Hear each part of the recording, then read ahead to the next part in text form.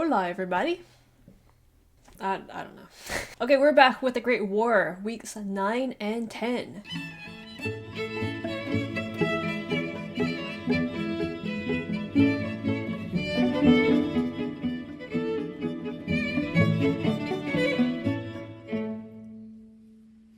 Looking forward to continuing with this series. Have really been enjoying it so far, learning from Indian Idol. But before we jump into today's video, you know what time it is. It's comment time. I'm going to take a look at just a handful of your comments from the previous video, answering some of my questions. If you don't want to watch this, you can skip ahead to the reaction. I got chapter markers in my videos, so let's get to it.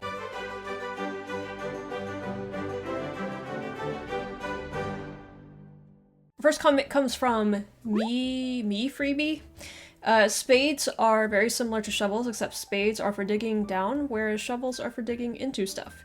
You dig graves with spades, you move piles of dirt with shovels. A lot of you were really like shocked that I didn't know what a spade is, and honestly, I don't know why I don't know what a spade is. I don't think I've ever really been exposed to it in my life. I mean, my family is not huge on gardening, you know, so I've probably handled spades before, but we always just refer to them as shovels. So we didn't really make that distinction between them. I don't know. I guess I was just sheltered growing up. Grofili, you've made it into my video comment section once again. The idea behind trench warfare was not to stay in the trenches. They were only meant as a defensive position that you could hold, used to break enemy attacks and start your own attacks from. With a few exceptions, the dominant strategic idea on both sides was the breakthrough. Overrun the enemy lines, surround them, cut off their lines to the back, and thus defeat them and win the war. That totally makes sense, that they were supposedly just for defensive positions, but I guess in reality it didn't work out so well.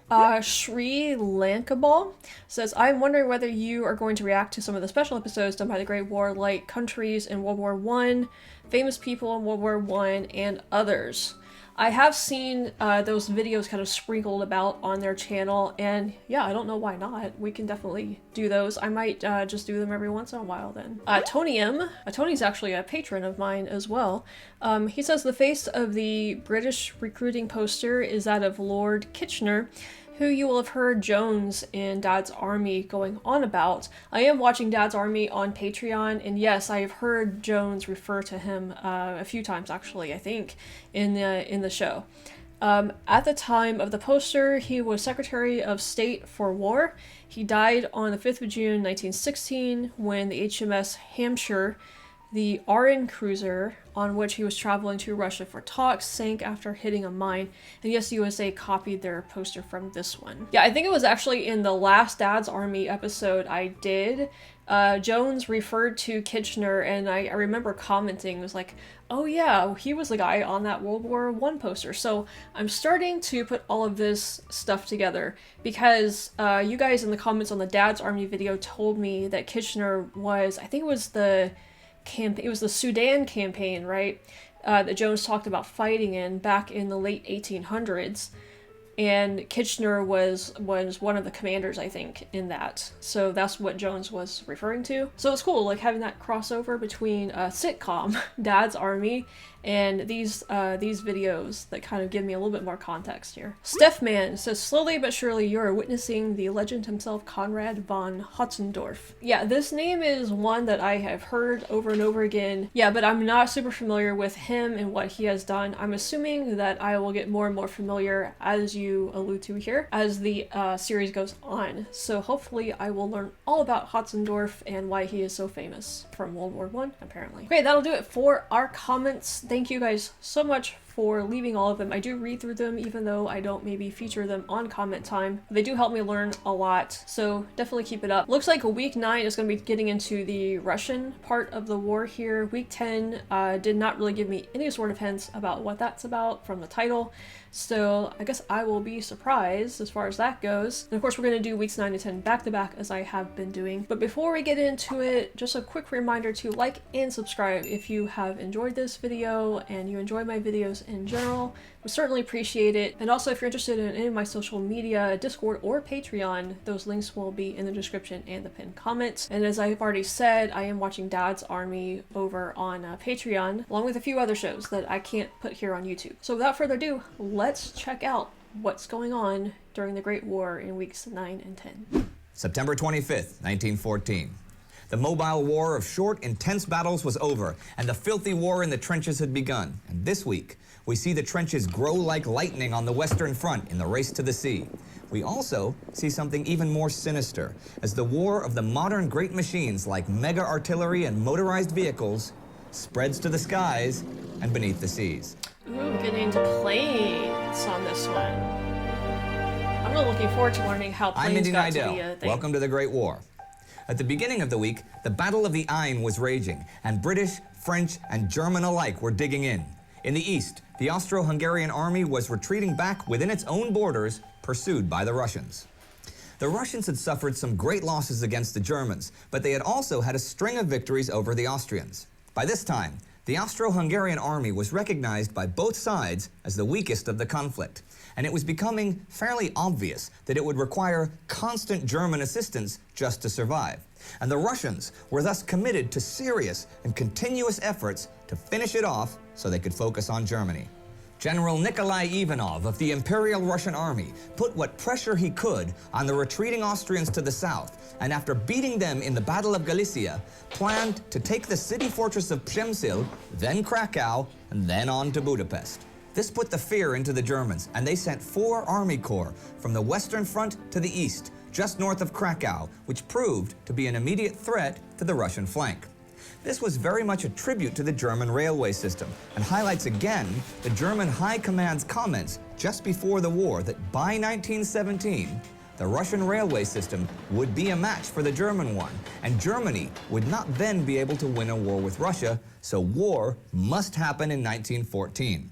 Ivanov diverted 30 entire divisions to tackle this threat, and they began to march north, leaving only 30 divisions in Galicia to deal with the Austrians. But there were a further 25... I mean, this picture is... Scarlett is right below me and she's pushing me around in my chair here, as she usually does. I'm trying not to like run over her. This picture right here is just, again, it's mind-boggling. I've been, again, like watching the World at War series on Patreon and learning about how much horses were actually used in that, because I have always seen World War II through the American perspective, I guess, which is extremely like almost 100%, well, it is 100% mechanized. The United States, and I think Britain also, did not use horses in World War II, as far as I can tell.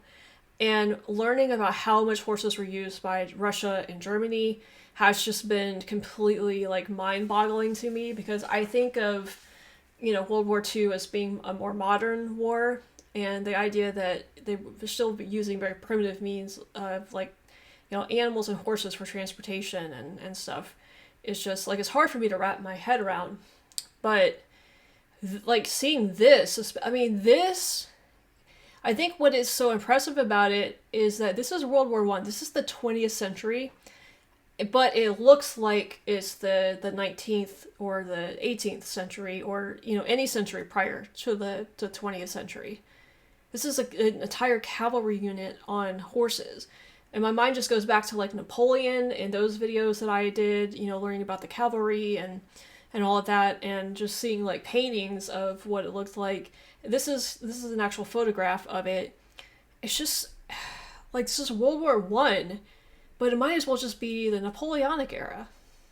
It's just, oh man, it's just crazy. Like, I didn't know, like, prior to doing all of these videos, I did not realize how non-modern some of this stuff was. I just had it in my head that World War I and II were more modern wars, a lot more mechanized, and of course they were more mechanized than previous wars, but still, I didn't know all of this went on.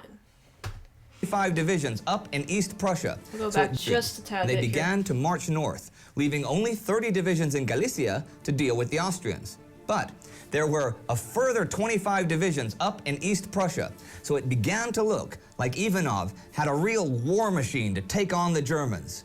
Of course, the Russians were also eager to get back at the Germans for the disastrous losses at Tannenberg and Masurian Lakes a few weeks ago. So on the Eastern Front, you now had a lot of people in motion covering huge expanses of territory. It was completely the opposite in the west. At the Ain River, it was a stalemate, with the two sides dug into trenches separated by only a few hundred meters, neither side able to gain the upper hand or willing to retreat. The British and French were suffering an average of 2,000 casualties each and every day of the ongoing battle, which would last for several more weeks, and the Germans were taking heavy losses as well. So is this from these guys? I mean, they're out in the open, they're not in trenches, so I'm assuming these casualties that he's talking about, these 2,000 casualties a day, are coming from them trying to get out of the trenches and kind of overrun the enemy location. I'm assuming that's what it is, and they're just not able to do it. Everyone now realized that frontal attacks were suicide, so the armies began to try one of the oldest maneuvers in the history of warfare. They began to try to attack each other from the side, the flank, where an opponent's defenses are much weaker, and he would basically be in a straight line. Now, there were 300 kilometers of open ground between the Ain and the English Channel, open ground that was as yet unravaged by either army. And the new German Chief of Staff Falkenhayn, who very much believed in a hard offensive war, thought he saw an opportunity to envelop the Allied forces in a way that his predecessor, Moltke, was not able to in August. As a bonus, even if he couldn't surround his opponent, if he could take the Channel ports as far as Calais in the west, he would have an excellent strategic advantage. So he began to move. The French and the British armies redeployed to meet this new threat, and they actually did an incredible job of it. So as the autumn rains and cold came on in force, the trench lines grew and grew to the northwest as each army tried to get around the other. The problem now was that neither side was able to attack quickly enough, or especially to bring up artillery quickly enough to seize the day. So further and further they went.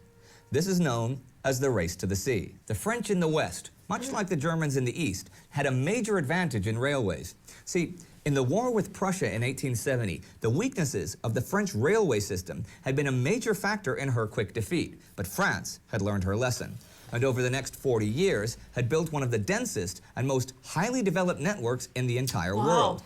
While the German headache now was that the retreating Belgians had sabotaged their tracks and taken away anything that could roll. And even though Germany committed 26,000 men to clearing tunnels and fixing track, it would take several more weeks to really get it up to speed. Weeks that the German army might not have. The beginning of the Industrial War, the beginning of trench warfare, the beginning of the war on other continents. There were still a lot of new beginnings at this point in the war, including a big one, the beginning of the war in the air. I love this stuff. September 22nd marked the first British air raid on Germany. They attacked the Zeppelin sheds at Düsseldorf and Cologne and took them completely by surprise. People had realized in August, though, just what sort of advantages airplanes could bring to the war.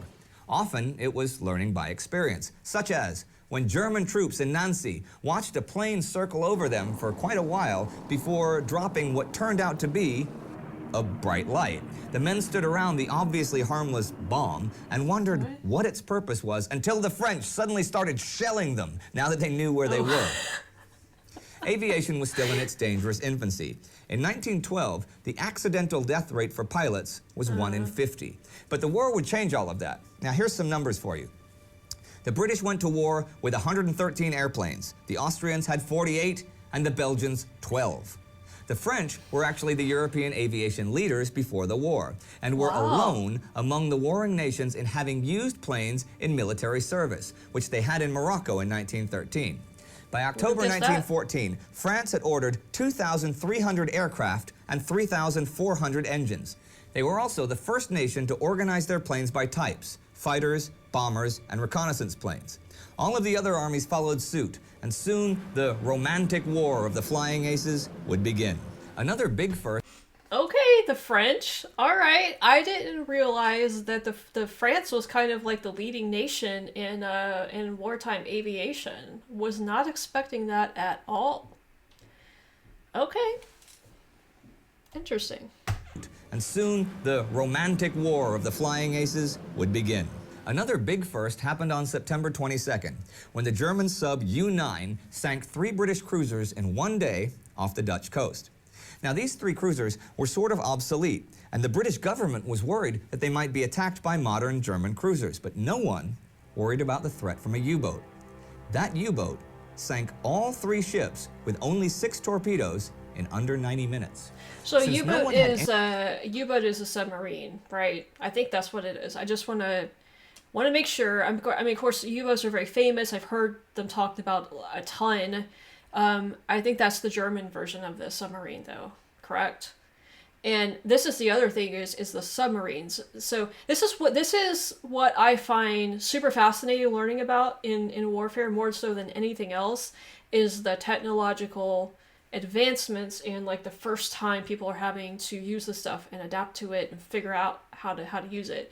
The planes thing is interesting because I have no idea about the history of aviation in war, or really the history of aviation period, other than I know about the Wright brothers and Charles Lindbergh and Amelia Earhart, all American figures, right?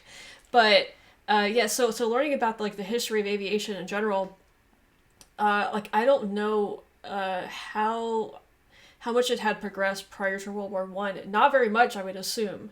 I don't remember what year the Wright brothers flew, but I think it was very early 20th century, maybe.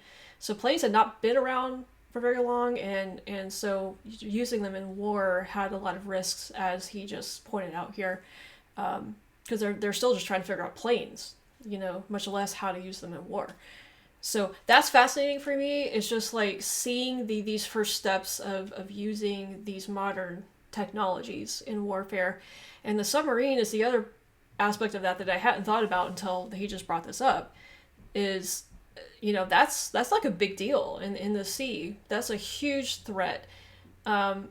Because all you had previous to submarines, I think, would have been ships. I don't know if there's like a more, ancient version of a submarine or not, but that brings a whole new element of warfare in the naval aspect as well. So you've got huge advancements in the Navy and in the air. The air is a completely different, branch of the military that you're having to think about now. So that one is especially interesting to me. I've always just been drawn to I think, air warfare. I would think that if I was going to be in the military, I would choose the Air Force. And I know over here anyway, the other branches make fun of them as the chair force, because they're known for not, for having kind of a cushy lifestyle compared to the other branches of the military. But I think that would, so that's actually probably why I would prefer to be in the Air Force. But anyway, I just I like the way that the planes relate to the Air Force relates to space travel and that stuff too. It's just like that next step, and that's why I find it particularly fun to learn about. But yeah, I didn't think about the submarine though aspect of this. all 3 ships with only 6 torpedoes in under 90 minutes. Since no one had any concept of submarine warfare, when the first cruiser was hit, the other ones stopped to pick up survivors instead of getting the hell out of Dodge. And when the second one was hit, the third one did the same. Do you think 1,459 men died. It was the... They didn't have a concept of submarine warfare. Do you think when the first time it happened, like when they hit a ship, do you think the first time that happened, they didn't know what was going on? They didn't know where the shot came from? And they had to figure it out? Or would they have been aware that there were submarines lurking around? Third one did the same. 1,459 men died. It was the worst British naval disaster of the entire war. The British Admiralty after that decided to mine the North Sea, quote, on a Napoleonic scale, unquote. This event was an instant lesson in how important submarine warfare was to become, and it shook the reputation of the supposedly invincible Royal Navy. So at the end of the week, the bloody fighting and continuous shelling in the trenches at the Ain, which heralded the new era of endless, continuous battles, had yet to stop. Both sides were also moving further and further toward the sea, trying to find new ground somewhere, anywhere, between Switzerland and the sea, where they might finally gain a decisive advantage. The Russians were massing in Poland to try to attack both the mobile Germans and the Austrians in their fortress. But what would be the biggest news of the week in the long run was that the war of the great machines was taken to new levels with the war in the sky and the war under the seas. Two types of warfare that were completely new in the entire history of mankind. They would change the war was fought forever, and over the next century would claim untold millions of lives of soldier and civilian alike. October 2nd, 1914. The Great War has raged for 2 months, with hundreds of thousands of soldiers losing their lives in some of the bloodiest battles in history. But a new and unforeseen factor now entered the war and would play a huge part in determining its course. With the October rains came the mud. Oh, this again, yeah. Learned about this. I'm Indy Nidell. Welcome to the Great War. When we left off, the British, French, and German armies in the West had reached a stalemate at the Battle of the Aisne, and in the search for new advantages, the trenches had begun growing to the northwest in the race to the sea. The Russians were pushing the Austro-Hungarian army back into Austria, and were also heading north into Poland to engage the Germans. And both the war in the air and the war at sea were getting serious. It was now autumn in Europe, and one thing we see that was a regular feature of the war. Disgusting that is. Oh my gosh. I didn't even think about like when it rained. If you have trenches and it starts raining, like you're creating basically a little river, and you got to live in that. How many of the like underground, like rooms and stuff that they made? How many of those flooded over time? Oh my gosh. That looks disgusting. We're getting serious. It was now autumn in Europe, and one thing we see that was a regular feature of the war was mud. Endless mud. The Austrian army had barricaded itself into the fortress town of Przemysl, 120,000 strong, now entirely behind Russian lines, and the Russians began a siege on September 26. The Austrians had always planned and determined to hold Przemysl, but the preparations were typical of the last-minute, ramshackle efforts of Emperor Franz Joseph's army. Half of the guns were out-of-date pieces that still used black powder, and loads of the shells turned out to be duds. And though they did build a whole bunch of last-minute defenses, including 30 miles of new trenches, they never got around to chopping down the trees near the fortress town, which the Russians then had the pleasure of using for concealment. You know, the thing about trench warfare, it just seems like a huge waste of time. Like, you're having to spend all of that time digging miles and miles and miles of trenches when I feel like that time could be better spent, like, I don't know, doing something a little bit more productive, you know, with your army or something, which I guess is one of the reasons that they probably abandoned it for future wars, World War II.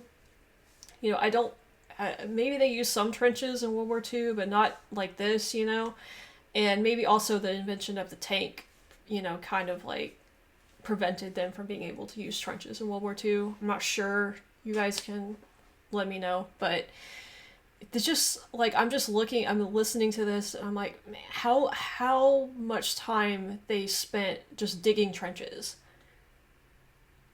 It's just trees near the fortress town, which the Russians then had the pleasure of using for concealment. But the Austrians, at least this time, had the mud on their side. Now, you might expect the fortress to fall fairly quickly, since so far this war, no fortress on either front had been able to hold out against the power of modern artillery. But the autumn rains had turned the ground outside the fortress to mud for many miles, and it was too heavy and too deep for the Russians to bring their artillery close enough. And the initial Russian attack would do nothing except produce 40,000 Russian casualties.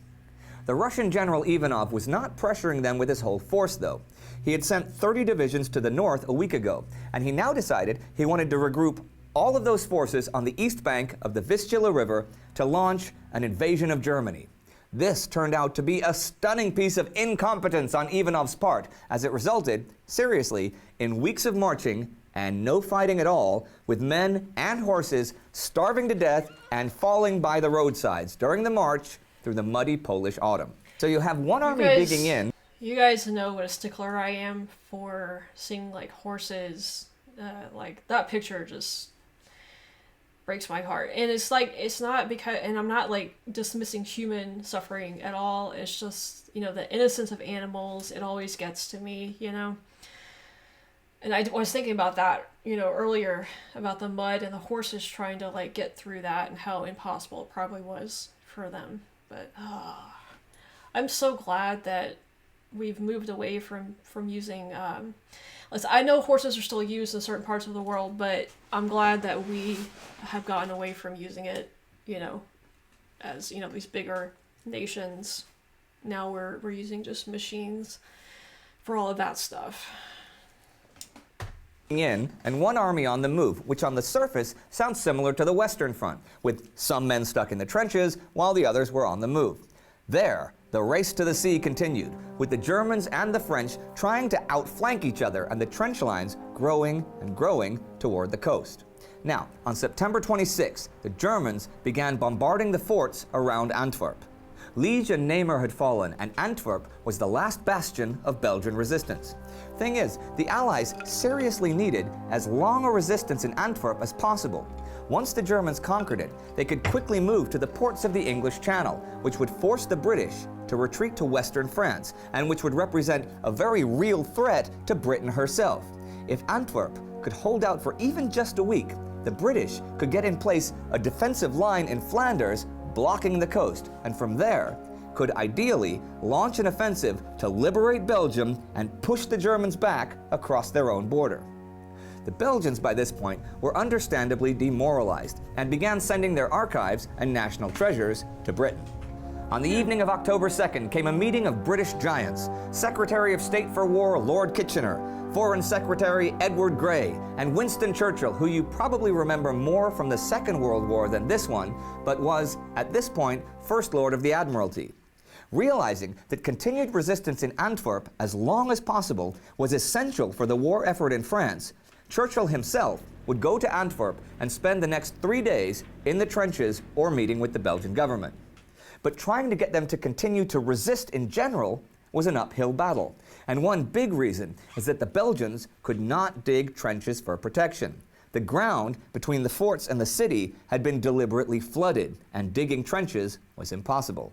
Once again, we see the mud of October determining the direction of the war. It was dire straits in Antwerp indeed. Imagine being a Belgian in 1914. Your little country, your neutral little country, had been overrun and turned into a war zone, and your cities bombed and in some cases burned, and you had nowhere to run. While the war at home in the other warring nations might not have been in such a state of crisis, it was very much in a state of flux. Think about it. You suddenly have all sorts of new rules and regulations on your life, rules which would continue for over 4 years. Germany, for example, banned speaking English in public, while Russia banned the German language. Even speaking German on the phone was a 3,000 ruble fine, and you were liable to be sent to Siberia for speaking German in person. Yep, wow. Siberia. Soup kitchens were established in towns throughout Europe to provide for families who'd suddenly lost their source of income. France did a good thing here. They imposed a moratorium on rents, and they paid an allowance to the families whose breadwinner had gone to the army. That was in many cases more money than the family actually made before the war. The French government considered the price worth paying to sustain morale. But if you were fairly poor and relied on some form of consumer trade for a living, you were out of luck, and the pawn shop was probably your new best friend. You can also really see the social divisions in, for example, Britain in labor issues. Trade unionists who had made truces with employers when the war broke out were now seeing many of those same employers making tons of new profits and wondered why they weren't getting a share.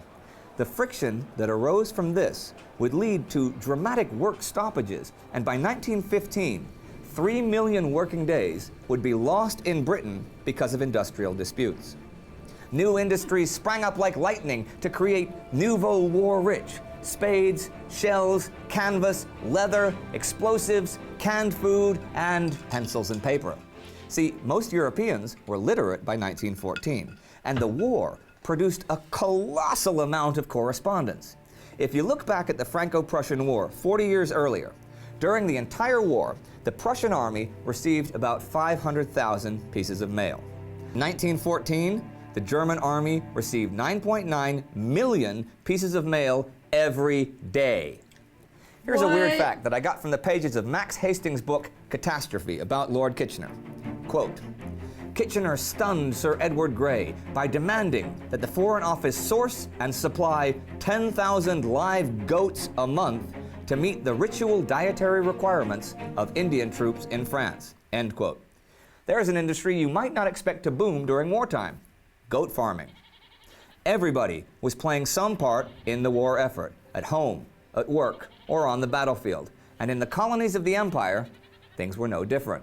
The German colony in what is now Namibia was probably their most profitable colony, right? With both diamond and copper mines. Well, this week saw the Battle of Sandfontein. The brilliant German general Heiderbrecht, with a force of 1,700 mostly native riflemen, sprung a trap on the South African forces, surrounding an overwhelming nearly twice his number of men after cutting the phone lines so that backup could not be called in. Funnily enough, after the South Africans surrendered, both sides all just hung out together, and Heiderbrecht and Colonel Grant, the leader of the South Africans, congratulated each other and discussed the battle. By 1915, the Germans would be forced to surrender in Southwest Africa, but they won a string of victories in 1914 that were really important in tying down South African troops and preventing them from heading to Europe to help the Allies in the major battles that fall. So at the end of the week, the Russians were wandering around the Polish mud and laying siege to the Austrians in the Austrian mud. The French and Germans were still shelling each other in the French mud in the trenches at the ongoing Battle of the Aisne. But the Germans were now pushing to take Antwerp, the last free city in Belgium, and the British were rushing to defend it, while in Southwest Africa, the Germans were being exceptional and tying down the South African troops. In September 1914, the War of Rapid Victories ended as the War of Continuous Battles in the trenches began. And as October began, the autumn rains turned the battlefields of Europe to mud in both the East and the West, making marching excruciating and making life in the trenches torture. Over the next 4 years, millions of men would die in the filthy mud of Europe, many of them nameless, faceless, and unsung. See you next week. Okay, that last bit in Africa, in South Africa, and Namibia threw me off. I was not expecting that. I didn't know Germany had colonies down there, and I know that the British have connections to South Africa. I'm assuming they colonized that at some point. Again, like the whole like colonies in Africa thing, I don't really know anything about that stuff. But what I'm learning is that there were a lot of European countries that had colonies in Africa. That's what I'm gathering. So I guess like a little proxy war type thing was going on down there. So Namibia, basically the army in Namibia, commanded by the Germans, were fighting the British in South Africa. I wasn't expecting that. I didn't know that the war would extend all the way down there. But I guess that's why they call this the World War, right? So really interesting. Of course, my favorite part of this was learning more about like the planes and the submarines. Can't wait to learn more about that in future episodes. I hope they get more into that, and that maybe there's some like special episodes that we mentioned during comment time that might go over some of that stuff too. If so, we'll definitely do those. So anyway, hope you guys enjoyed this video. If you did, again, make sure to like and subscribe, answer my questions down in the comments, and if you have more to add, for sure, comment down below. Roger here, and I thank you guys for watching. Stay tuned for weeks 11 and 12 coming up soon, and we'll see you next time.